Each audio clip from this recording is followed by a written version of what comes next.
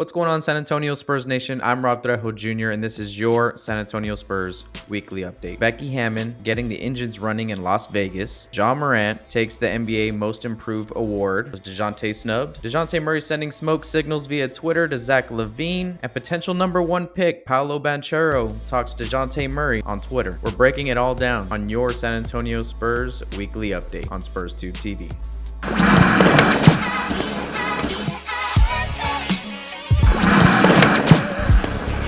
All right, let's take a look at what's going on with our girl Becky Hammon. She is up in Vegas and training camp is underway. The quote that I pulled out from Tom Osborne on Twitter, and it's from Jason Richardson this season. He said that I appreciate just how they accepted me with open arms because they didn't have to do that. Becky Hammon was my shooting coach, my coach who I came to for everything. I thank her endlessly just for making my transition here a lot easier. A lot of love from Jason Richardson to Becky Hammon. This is from an article from Jeff Garcia at the Spurs Zone. Becky has become an integral part of our program in every way, shape, and form. Popovich said, "This is a great opportunity for her to highlight her many skills. Her intuitive feel for the game and ability to teach will serve the Aces very well as she institutes her system and culture." Jeff Garcia went on to write, now that Hammon is starting her next chapter in her basketball career, she finally spoke about leaving San Antonio and Popovich admitting it was tough to do. "I spent a lot of time there, obviously," Hammon said. "I've gone to battle with him. Saying goodbye was obviously tough, not only for myself, but for Pop and the organization," said Hammon. "Just really grateful for their leadership and their belief in me and really equipping me to be a successful coach in the future." This is a snapshot from a video on Twitter. Go follow the Aces on Twitter, man.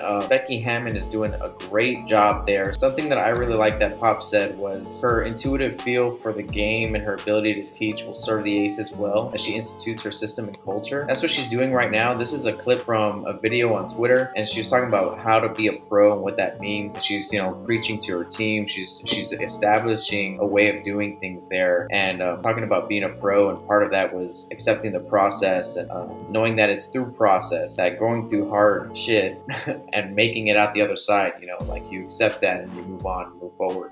Next up for the Aces, they got a preseason game on Sunday, May 1st, and then that's this Sunday, and then they have their first game on Friday versus the Mercury. So let's put a bow on this Most Improved Trophy scenario and send it out to sale, and send it out to sea, and then send it out to sea. Was Dejounte Murray snubbed? Hey, look, there's no denying that Ja Morant took a huge leap. Matter of fact, he took the hardest leap that there is to make in the NBA, which is go from a pretty good player. Yes, he got Rookie of the Year. So yes, he was already noticed as that good.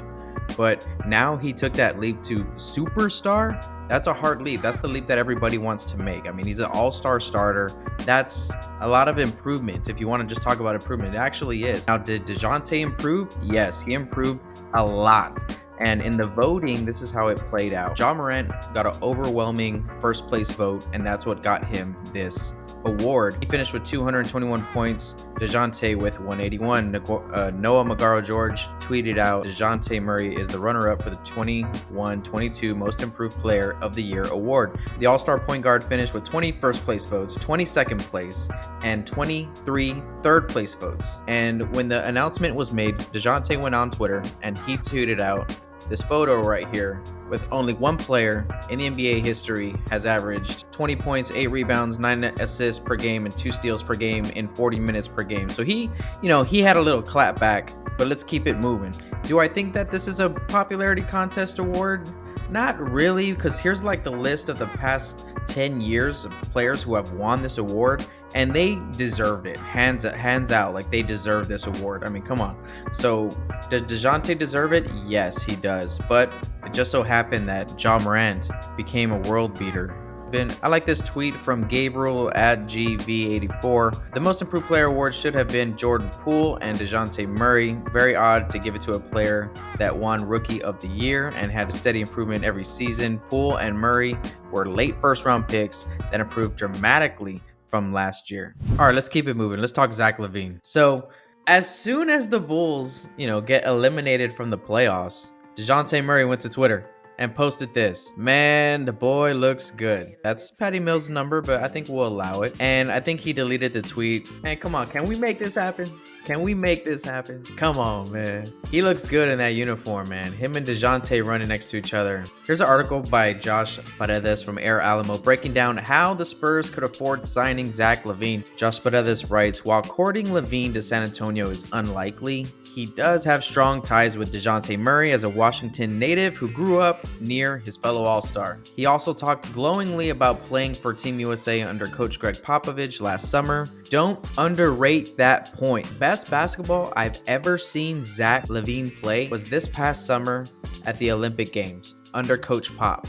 How do I describe Zach Lavine? You know, like in action movies where two guys are kind of like shooting at each other from far away, and then they kind of, you know, they're missing, and then they get all the way close, and then now they're close up against each other, and then they start pulling out the knives out of nowhere, you know, like out of their boot or whatever. They start pulling out those close encounter knives. Those knives are Zach Lavine. That was Zach Lavine in the Olympics, man. He was awesome in the Olympics. So that might be an actual real swing factor going into this decision. It's not just Murray, but Pop as well. I digress. Josh went on to write the max amount Zach Lavine can be paid. According to Project Spurs Paul Garcia, the maximum amount that Lavine can be paid next season is $36.6 million. That figure represents how much San Antonio would have to create if they decide to send a max offer to Lavine. In laying out different cap space scenarios on his podcast, SpursCast, Garcia outlines how the Spurs theoretically get to $37 million in available space by letting all free agents walk and only keeping their guaranteed players plus 3 draft picks. That is very unlikely, however, as it would involve letting go of Zach Collins, Trey Jones, and Lonnie Walker, amongst others. Still, San Antonio can make other moves to free up that amount. The way you get to that is either trading some players, opening up as much cap space as you can, or maybe trading some of those picks, said Garcia.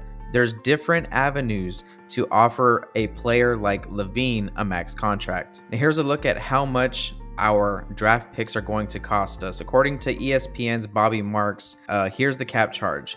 Our own first round pick, $6.44 million. First round pick from Toronto, $3.12 million. First round pick from Boston, $2.98 million. The amount for the Spurs' own pick could change depending on where they fall in the draft lottery. So this is valued like at the 9th pick.